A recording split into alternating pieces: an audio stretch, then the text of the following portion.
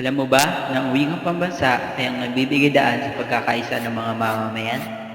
Ang sariling wika ay mahalaga sapagkat ito ang ginagamit sa pakikipag-ugnayan ng bawat isa.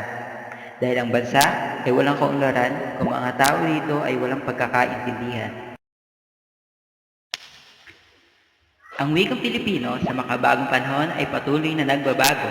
Sa pagdaan ng panahon, ang mga tao ay naghanap ng paraan upang mapalago ito. Ilang halimbawa nito ang paggamit ng acronym upang kapalit ng isang salita, ang mga archive at ang mga balbal na salita. Ang mga mamamayan ay patuloy na gumagamit ng pagpapalawak ng bokabularyo na umaapekto sa kanilang pamumuhay maging sa lipunan at ekonomiya nito. Ika nga ni Dr. Aurora Bilang, ang ating bansa ay multilingual at multikultural. Nabubuklod ang ating mga watak-watak na isla ng iisang mitiin na ipinapahayag hindi lamang sa maraming tinig ng iba't ibang rehiyon, kundi gayon din sa wikang Pilipino.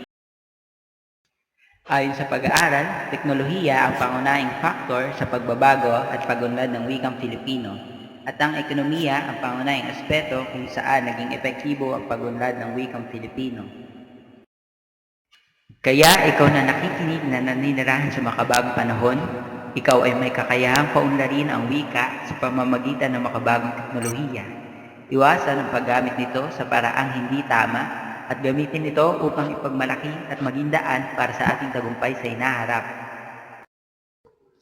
Ikaw ang magiging tulay upang ito ay mapanatili. Ikaw ang magpapasa ng mga ideya, tagumpay, kwento at mga adhikain sa hinaharap. Sa pagpapalakas ng wika ay matututunan ng susunod pang henerasyon ang nakalipas at patuloy na paunlarin ito.